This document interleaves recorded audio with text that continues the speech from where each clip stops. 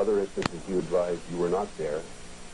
And then in October and December of 1980, you gave Mr. Beasley and me a statement wherein you advised that you were definitely there. Now, since then, last summer, as recently as last summer, the FBI contacted you and you said you don't recall being there. Can you tell us why you've changed your mind through these last 12 years so many times? Yes, sir. Because at the time of the murders, I was involved with a satanic cult. Since then, I've been contacted. I'm now pregnant. Anyone who knows anything about witchcraft knows firstborn child can be sacrificed and will be. I've been threatened. Threats have been made on me, my family, and everyone else. So you've changed your story, or your story... I haven't changed my story. I'm only dropping names. It's varied. It's varied over the last 12 years because you're in fear of your life, and most recently because of your forthcoming new child. If you check it, I don't think the story has vacillated that much. Mm-hmm. The fact that I am not involving people's names right now does. And why are you not involving people's names? Because the people that were with me that night were members of the cult, and I have been contacted since that time. And what did they say to you? They reminded me of certain rituals and things like that with the cult. What did they say specifically they would do to you if you divulged their names or furnished any more details than you've already furnished? Specifically, nothing. Didn't you tell us today that they threatened to slit your stomach and take your first They said child? they could do that, but there's several different methods of taking care of the firstborn child. Have they told you this? Yes, sir. Is this one of the reasons why you're very concerned at this time? Yes, sir. Do you want to tell us what happened that night? Let's start with, before we talk about that night, let's start with when it was originally planned, or when did the cult become actually involved in that they decided they would go after the McDonald family? Dr. Jeffrey McDonald was discussed as early as October of 1969. He was not cooperative in helping heroin addicts. He was more interested in working with people on hallucinogenics and things like that. He just wouldn't cooperate with us at all. You mean the cult? No, with heroin addicts. And most of the people involved with the cult were on opiates of some sort. And so as early as October, as I recall, he was discussed. About 10 or 10:30, more towards 11 o'clock that night, he was discussed because he had given someone some, they had tried to get some help, and he refused it, and tried to turn them over to the authorities on the base.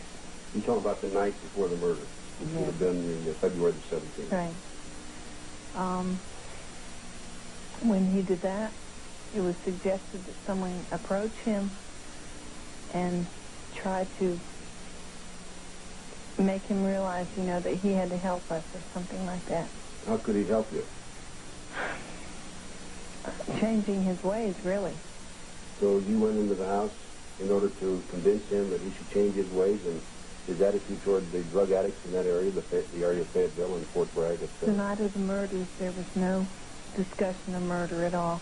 Was there discussion of murder in October of 1969? Only if he didn't cooperate.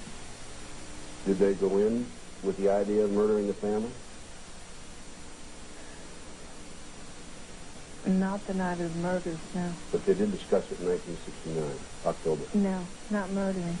Well, now, you told Mr. Beasley and me previously that they had planned to go in and murder the family. They said if he didn't cooperate, something would be done. Meaning? It was understood what would be done. Which was? Well, it was understood also that Colette was pregnant. Something could be done to her unborn child. Something could be done to her other children. And as far as that was concerned, I don't know anything about that. What is something could be done? What does that mean? Well, as far as I knew, all they discussed was going in and the term roughing them up was used. And that's it. As far as the cult ritual is concerned, you've also advised Mr. Beasley and me that this particular cult did believe in animal and human sacrifice. Is that true? Yes, sir. Had this cult been involved in other murders? They had been, yes. Before the McDonald murders? Yes, sir. Subsequent to the McDonald murders? Very prior to it, yes. Immediately prior to the McDonald murders? Yes, sir. Mm-hmm. And how many members are in the cult? In the immediate cult, as far as the closed meetings and things like that, there was 13. And what you say immediate, how about, are there some other people who are also involved in the cult? We had open meetings sometimes where there was sometimes as many as 22 to 27 members. And what's the difference between an open and closed cult meeting? And you had to be initiated. You had to be involved with the cult activities, know what was going on, and, as I said, really be involved with it. To be in the closed meeting? Yes, sir. And what was the difference between the person who was allowed in the closed meeting versus the one who was not allowed in the closed meeting? There were certain rituals and also things that were not discussed in open meetings that were discussed in closed meetings. Will you tell us what was discussed in the closed meeting? No, sir, I can't go into that. Why won't you go into that? For fear of my own self and my unborn child and my family.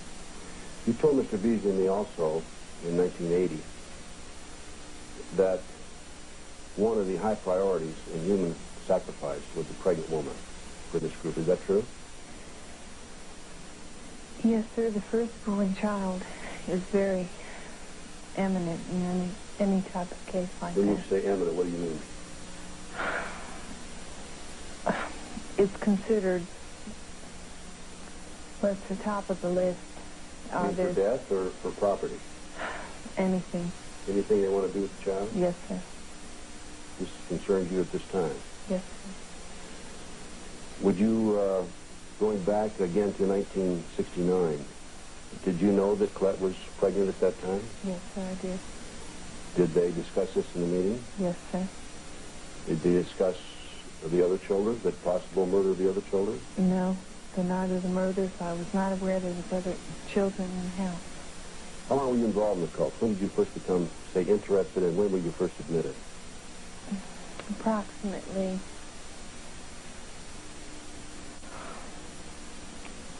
sometime in the spring of 1969.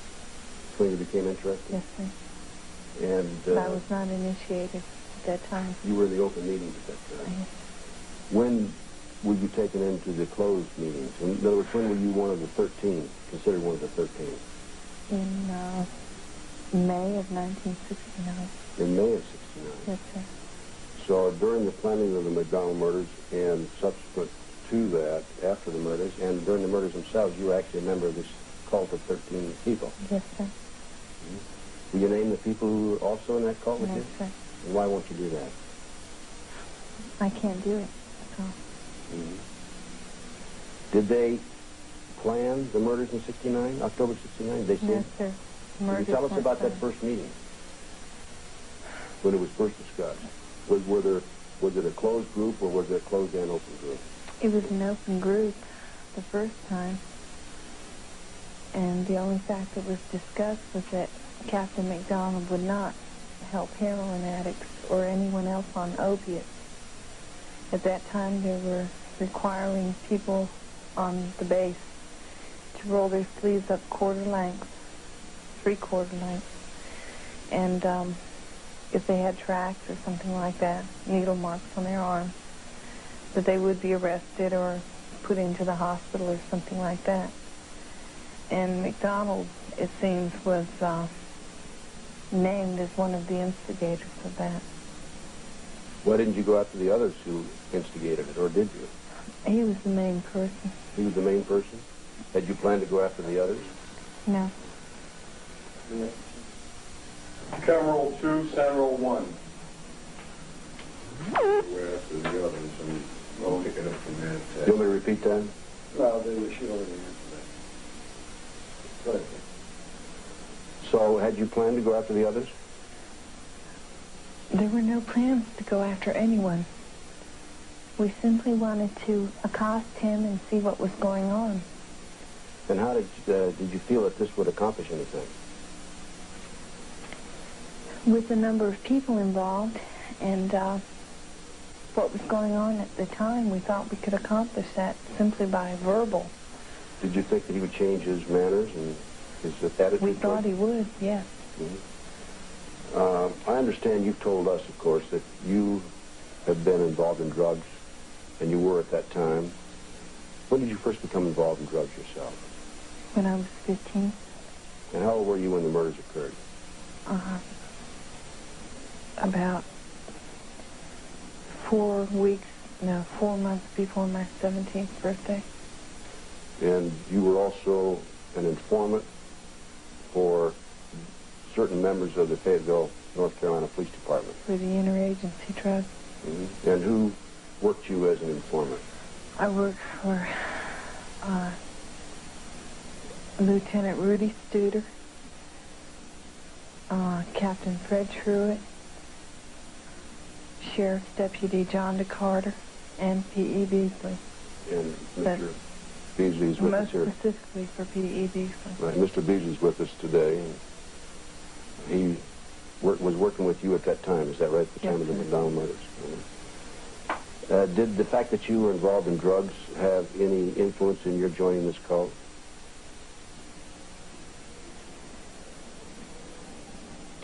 Personally, I would say yes. That's the reason I did become involved. Did you personally believe in the philosophies of this cult? No. At the time, and still at this time, I'm a practicing Roman Catholic. But I wanted to get involved in white witchcraft for benevolent purposes. And this simply turned into something else. What's the difference between white witchcraft and black witchcraft? The fact that white witchcraft is for benevolent purposes. Black witchcraft is for curses and things such as that. What is black witchcraft worship? It's simply devil worshiping. That's it. Are you saying that you became involved in the black witchcraft because of the drugs in order to obtain drugs for your habit? Is that what you're saying? Basically, yes. How about the other members? I couldn't speak for them, but I would say for the same purpose. Were the members of your cult all involved in drugs? Yes, they were. Do they worship drugs? They didn't worship drugs. Why are all the members drug addicts, if they were? I couldn't say. Were they involved in trafficking drugs? Yes. Every one of them? Definitely. Why did every one of them traffic drugs? To support their habits and to obtain certain favors in the community and things like that. What do you mean by favors? From the police department, from people on the base at Fort Bragg. As a drug addict, how could you obtain favors? What kind of favors would you obtain? Well, if you set one person up to get busted, you get off yourself. So it was kind of a detraction away from your activities. Yes, sir. And did it work? In my case, yes. So what you're saying is you were able to traffic drugs by one of the means by which was to direct the police attention to another individual or another operation? To divert their attention, yes, at the time. The night of the murders, how many members of your cult actually were involved in the murders?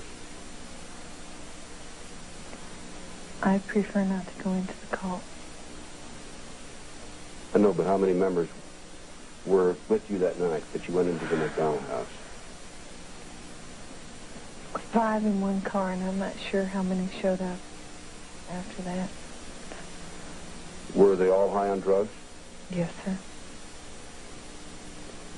And the night of the murders, you mentioned to Mr. Beasley and to me that there were 7 of you all together. Is that true? Yes, sir.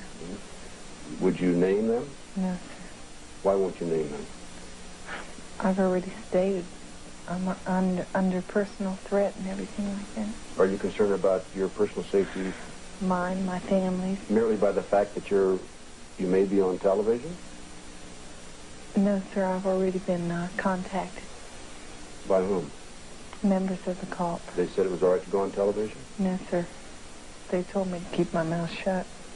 That's what I'm saying. Aren't you concerned about being on television then? No, sir, I feel that Captain Jeffrey McDonald should be freed once and for all and not to have to go through all of what he's been going through for the last several years. So your motivation, as far as Mr. Beasley and I are concerned, in coming to us, actually we went to you, but you did furnish us statements. Your motivation then is out of conscience for Dr. McDonald, concern for your personal safety, the safety of your child. Yes, sir. That and the fact that I have not been coerced. I haven't been promised anything, except for the fact that I was promised relocation and change of name and all that kind of thing, which I don't want. You're talking about promises from us. You have not been promised anything by us. Right. No monetary promises, nothing like that. In other words, what you're saying is... It's basically just a conscience thing. It's a conscious thing, but as far as the reason you've given Mr. Beasley and me these statements is because we've not made false promises to you. Is that what you're saying? So far, no. Have other people made false promises to you? Yes. Who? Numerous people. Well, numerous agencies. Would you name the agencies? The C.I.A, the police department, the prosecution against McDonald, just various different people. Everyone's promised immunity at least 5 or 6 times, and I haven't gotten it. And you still don't have immunity? No, sir. Then where will you go from here? How about your future life? I feel I can handle my own future, as long as, if I feel that Dr. McDonald can be freed, as he should be, then as far as I myself go, I think I can handle myself. Is it not true that another one of your concerns is the possibility that you could also be prosecuted and go to jail? It's not basically a concern. Legally, I don't think I could. Why? So that's not really a big problem right now. Why do you say you do not believe you could legally? Well, I've checked into the allegations that were made against me, state and federal, I don't think hold up anymore. Are you talking about the statute of limitations? Yes, sir. Mm-hmm. Now, as you recall, Helena, most recently, Mr. Beasley and I have talked to you, and we are going to attempt to talk to top federal and state officials in hopes of obtaining immunity for you, with the understanding from you that you, in turn, will furnish us not only more details or other details that you may be withholding, but also the names of the people involved and the members of your cult and other information. Is that true? Yes, it's true. Didn't somebody else possibly offer you this possibility? The FBI has asked me for names. But I feel anyone else who has talked to me has been trying to coerce me into something. Going back to the murders themselves, you told us yesterday that the cult considered going in, I think, 3 nights before. Is that true? Yes, sir. And why did they decide not to go into the McDonald house 3 nights before?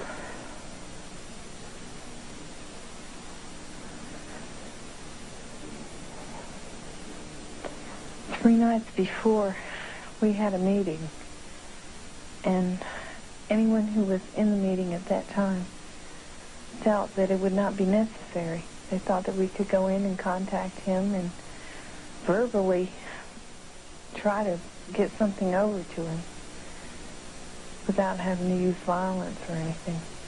Did you go, actually? No. You're doing beautifully. But, Sure. I think you got a problem of wearing out. So take what? The murder. Okay.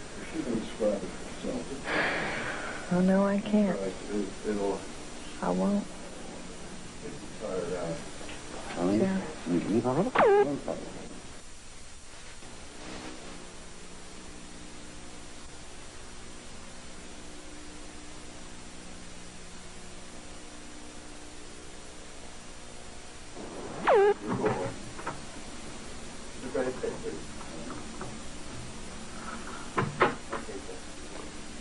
Prince, did you stop this group that night, and would you tell us what happened?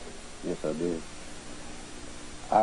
About 2:30 on the morning of the 18th, I noticed this car pull into the driveway of 1108 Clark Street.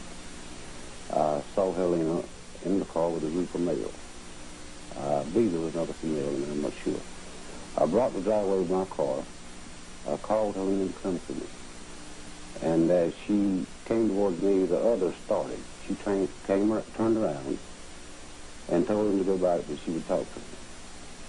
I detained Helena there for more than an hour after I had called C.I.A. to come out and interview these people. Did C.I.A. ever come out? C.I.A. never did come out, and we had been advised by our superiors not to ask these people any questions because it was not in our jurisdiction. Helena, going back to the trial, you've given Mr. Beasley and me a voluminous amount of information about the murders and so forth. Why didn't you furnish this information during the trial? At the time of the trial, I really felt that Dr. McDonald would go to prison and I had nothing to worry about, because the C.I.D. had told me that he was going to prison and that was it. And they were so assured of that fact that I felt I had nothing to worry about. But if you come forth with this information, he may not have gone to prison? And at that point, I could have gone myself. So you basically were trying to keep yourself from going to prison? Yes, sir. Since then, you've had a change of conscience? Since then, I've seen the style that Dr. McDonald's had to live, the pain he's gone through with his family, his father and mother-in-law, and that sort of thing. And I don't feel that's right. Are you concerned about going to prison now? No, sir, not at this time. Why?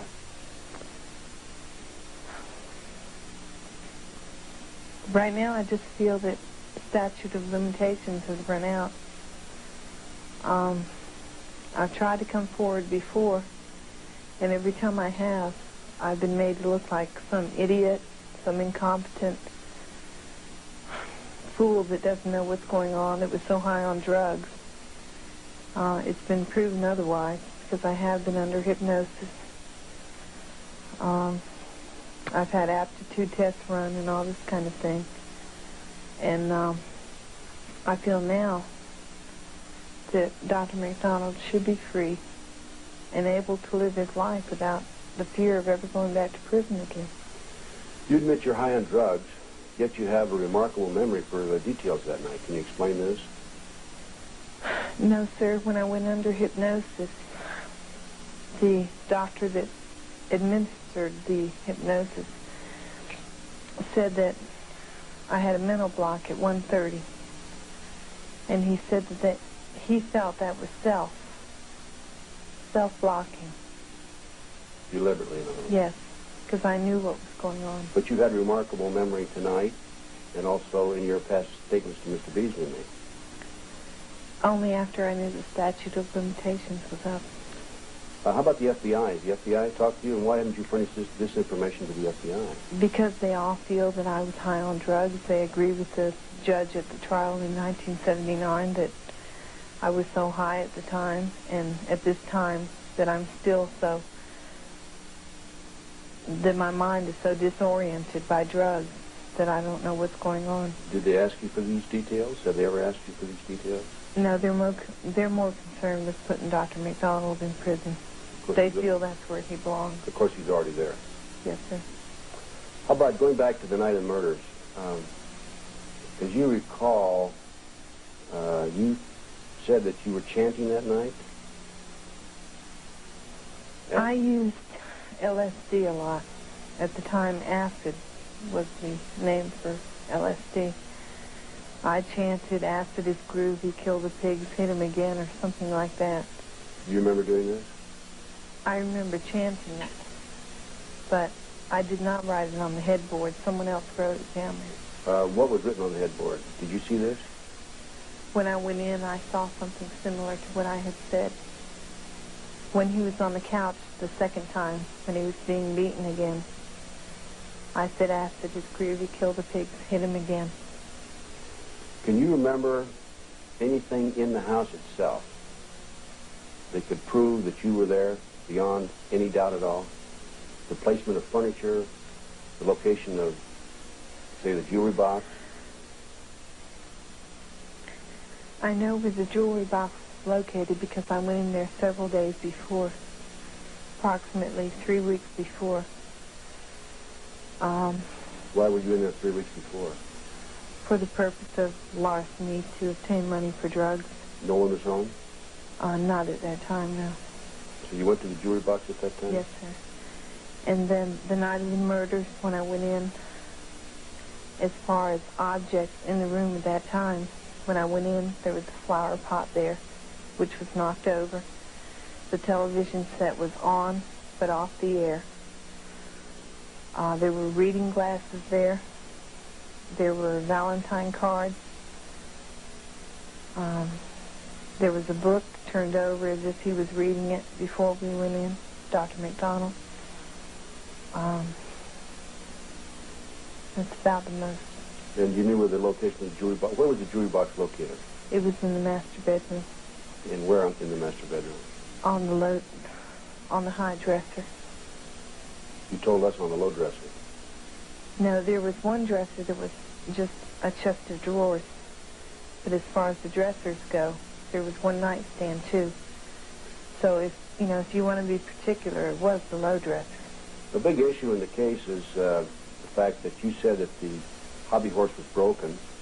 The prosecution claims that you saw a picture in the newspaper several days after, and therefore you knew it from looking at the newspaper. But actually, the only people who knew that were the McDonalds themselves. Did you see this picture in the newspaper? I never knew anything about the hobby horse again until 1979. No, you knew that night that the spring was the broken. night of the murders, yes, but it was never mentioned again until 1979 at the trial in Raleigh. Did you see that picture in the newspaper? I never saw any pictures. You had to realize I was strung out on heroin, and that can be proven anywhere. Vanderbilt University, I instigated the methadone program there with Dr. Richard Treadway. It can all be proven that I was definitely on at least $200 a day of heroin. But you did not ever see that picture? How many junkies go around reading Newsweek and things like that? C.I.A. gave you a polygraph examination about this. What was the result of that polygraph examination? I wasn't told at the time, but later on I found out that I was told. Well, I was told to keep my mouth shut, first of all, by who administered it. Was that a C.I.A. agent? Yes. Okay. Mr. Byzantine. It said I was in the house the night of the murders, that I did not participate, and that I knew who did commit the murders. So in other words, C.I.A., what year was this? This was as early as 1971. So C.I.D. gave you a polygraph examination. These were the results of the polygraph examination. The first polygraph was set up I was busted on narcotics in Nashville, Tennessee. And they told me if I would agree to take the polygraph, because I had been avoiding the police and everything else, which is contrary to everyone saying I was after publicity and attention and everything else. They told me at that time, if I would take the polygraph, that they would drop the mescaline charge. I had $25,000 worth of mescaline, so I would have been a fool to deny that. And what about that polygraph examination? The same thing? That was the first one that was given. That was the one where they said that based on their examination, they showed that you were there? Yes, sir. And that you were telling the truth? Yes, sir. Why, do you have any idea why C.I.A. did not act on that, or has directed their investigation toward Dr. McDonald? There were several members of the C.I.A. then trafficking in drugs themselves, and I can't say for sure. Did the C.I.A. infiltrate your cult? In other words, was the C.I.A. undercover agent involved in the murders? We were thinking there was one member in the immediate cult who could have been an informant for the C.I.A. You know, or you just thought and suspected that? It was being checked out then, and after all this happened, I don't know. If you were called today, would you testify fully and truthfully as you have tonight? Right. Reload, please. I would just want two more questions and we've got everything. God, help me. Jeez. I would like to.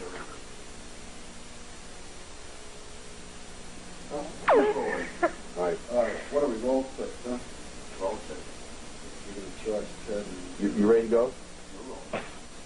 We'll have to wait till she straightens up here. I can't now. Well, you said you were going to... All right. Okay. Have you ever discussed the possibility of immunity with anyone else? I discussed it with the FBI, C.I.A., an agent that was working in Washington at the time, who was previously with the C.I.A., local police, federal authorities, everyone. It was promised twice, never given, and asked for at least 6 or 7 times. How about the night you took that polygraph examination? I was promised it then. Was that one of the times that you were promised? And when I realized I wouldn't be given it, I left the police station. If you were called to testify today, would you testify fully and truthfully as you have here tonight? Only if I were granted immunity and not promised falsely like I have been. Are you also asking for protection? Definitely. For fear of your life and the life of your child to be? Yes, sir. Mm-hmm. And if you testified under those conditions, would you furnish names and details totally? Yes, sir. I would.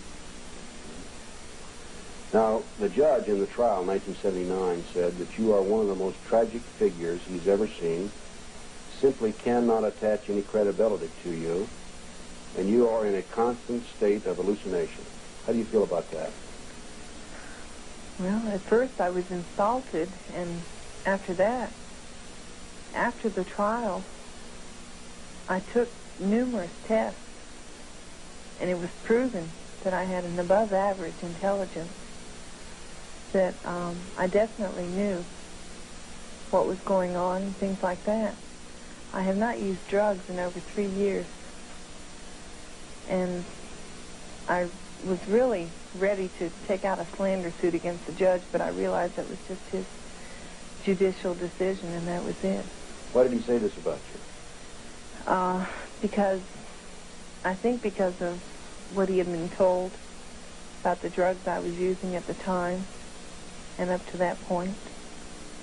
Now, you actually did testify, but without the jury present. Is that true? No, the jury was in there, but they were asked later to forget anything that was said, to strike it off the record. What did you say when you testified very briefly? I simply gave yes and no answer. Did you divulge any of the information you've given us here tonight? Not names, but I tried to identify pictures and things like that, and apparently the credibility wasn't good enough for him. So you actually said that you had admitted on the stand that you were in the house that night then? No, sir.